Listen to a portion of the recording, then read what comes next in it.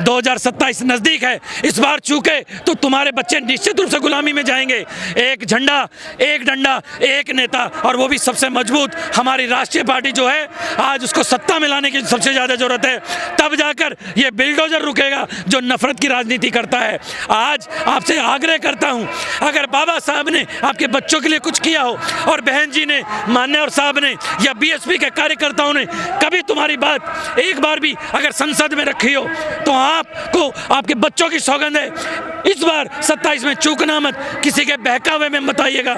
इस बार अपना राज बनाइएगा, अपनी सरकार लाइएगा। देखिए अगर बदलाव क्यों नहीं होता है, आपको सड़कों पे आने की जरूरत नहीं पड़ेगी, आपके बच्चों पे केस नहीं लगेंगे। ये मैं लिख के दे सकता हूं कि आज कुछ लोग एक धर्म विशेष को लेकर राष्ट्र बनाने निकले हैं, उनका विरोध होना, जगह जगह विरोध होना, यह प्रमाणित करता है कि बाबा साहब का मिशन आ रहा है जमीन पर। जो हमारे समाज के जो सामाजिक कार्यकर्ता हैं, या आप ये मानिए बुद्धिस्ट कम्युनिस्ट के लोग हैं, या जो सभी धर्मों को सम्मान देने वाले जो लोग हैं, वो लगभग विरोध कर रहे हैं। क्योंकि राष्ट्र बनने की बात कर रहे हैं क्या? राष्ट्र बनने के लिए किसी एक धर्म की जरूरत नहीं है। दिक्कत है वो हिंदू राष्ट्र। देखिए अगर धर्म के आधार पर राष्ट्र बनता तो इस विश्व में 5 या 7 या 8 ही राष्ट्र होते।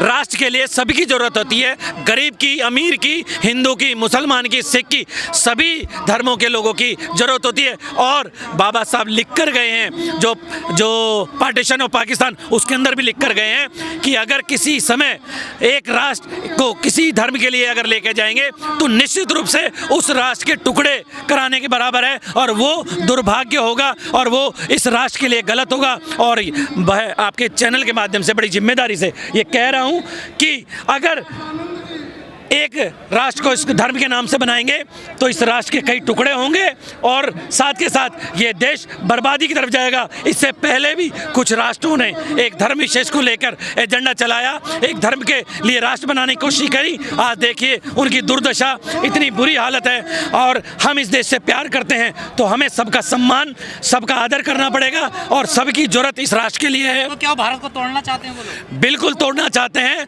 आज मैं आपको कह दूं कि उन्होंने ऐसी नफरत की राजनीति पैदा कर दी कि आज मैं ये अगर हिमाचली टोपी इसको उतार करके अगर मैं किसी मुस्लिम भाई की टोपी को पहन लूं और अगर मैं अपने एक घर से दूसरे घर के लिए गाय को ले जाऊं तो मैं सुरक्षित नहीं पहुंच पाऊंगा। ये धर्म की, ये नफरत की राजनीति इन्होंने पैदा कर दी है। आज मैं बड़ी जिम्मेदारी से कहता हूं, जिनको धर्म से मलाई मिलती हो, जिनको धर्म से घर चलता हो, जिनके बच्चे उस धर्म की कमाई से विदेश में पढ़ते हो, उनको धर्म की लड़ाई लड़ने दो। मेरे युवाओं, मेरे देशवासियों, आप इस धर्म को लेकर ना चलें, अपने बच्चों के अधिकारों के लिए, अपनी शिक्षा के लिए, संविधान के लिए और इस राष्ट्र की एकता के लिए काम करें, तब जाकर ये देश बचेगा। ये धर्म जो है आदमी के जीवन में किसी काम आता है? देखिए धर्म जो बनाने वाले थे वो चालाक किस्म के लोग थे। मैं इस चैनल के माध्यम से अगर मैं पेरियार साहब की कुछ लाइनें कह दूंगा तो कुछ के पिछवाड़ों में आग लग जाएगी। धर्म एक धंधा है, भगवान सिर्फ डराने के लिए, गरीबों को खासतौर से डराने के लिए बनाया गया है।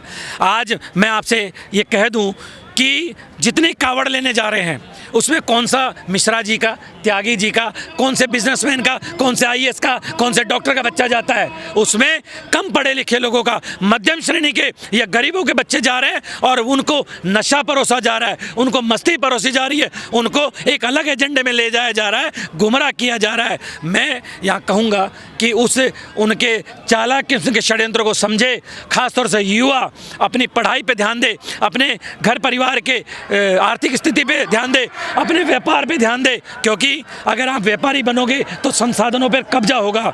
आज बाबा साहब को नमन कर रहे हो, बाबा साहब जितना अर्थशास्त्री कोई पैदा नहीं हुआ, और अगर अर्थशास्त्री समझते हो और अगर उनकी बात को ध्यान देते हो तो आइए हम अपने ये जो भारत के संसाधन हैं इन पर बराबरी का, हिस्सेदारी की बात करिए, उस पर कब्जा करने की बात करिए। क्योंकि आपको पता होगा इस देश को कारपोरेट घराने चला रहे हैं, व्यापारी लोग चला रहे हैं। आज जो एयरपोर्ट थे वो स्टेशनों से भी बदतर की स्थिति में हो गए हैं।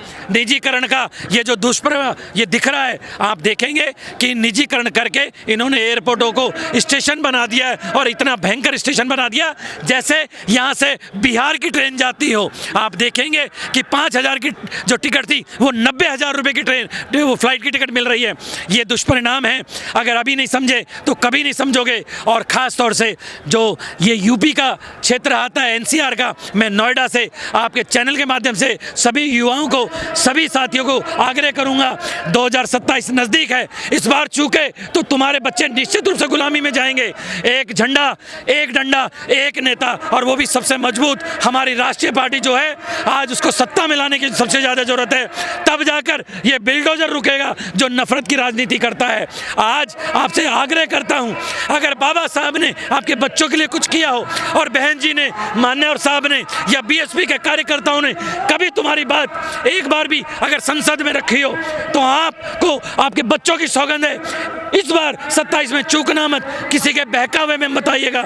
इस बार अपना राज बनाइएगा, अपनी सरकार लाइएगा। देखिए अगर बदलाव क्यों नहीं होता है, आपको सड़कों पे आने की जरूरत नहीं पड़ेगी, आपके बच्चों पे केस नहीं लगेंगे, ये मैं लिख के दे सकता हूँ। आज एक बार फिर पुनः आपको 2027 की तैयारी के साथ मैं आपसे आग्रह करूँगा कि स्वस्थ रहिए, अच्छा खाइए और नशे पते से दूर रह के अपने कैरियर को, अपने घर को मजबूत करिएगा। धन्यवाद बाबा साहब जो आज हमें संसाधनों में हिस्सेदार बना दिया। धन्यवाद बाबा साहब जो आज हमें इंसान गिनने पर लोगों को मजबूर कर दिया। तो आज बाबा साहब के प्रति जो ये सम्मान दिख रहा है, ये उनके अथाह संघर्ष और उन्होंने जो त्याग किया है, जो काम कर गए हैं, ये उसके लिए है। और आज के दिन पूरा विश्व, मैं आपको बताऊं कि 1956 में जब बाबा साहब का परिनिर्वाण हुआ था तो 193 देशों ने अपने झंडे झुका दिए थे। 1956 से आज 69 साल हो गए हैं, ये लगातार बढ़ा है, घटा नहीं है।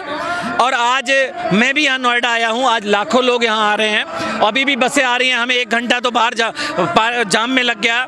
तो लगातार ये कारवां है और इसके लिए मैं पूर्ण जिम्मेदारी से, ईमानदारी से कहूँगा कि बीएसपी, मान्यवर काशीराम साहब, बामसेफ ये नहीं होती ना तो बाबा साहब को लगभग भुला दिया गया था, लगभग खत्म कर दिया गया था।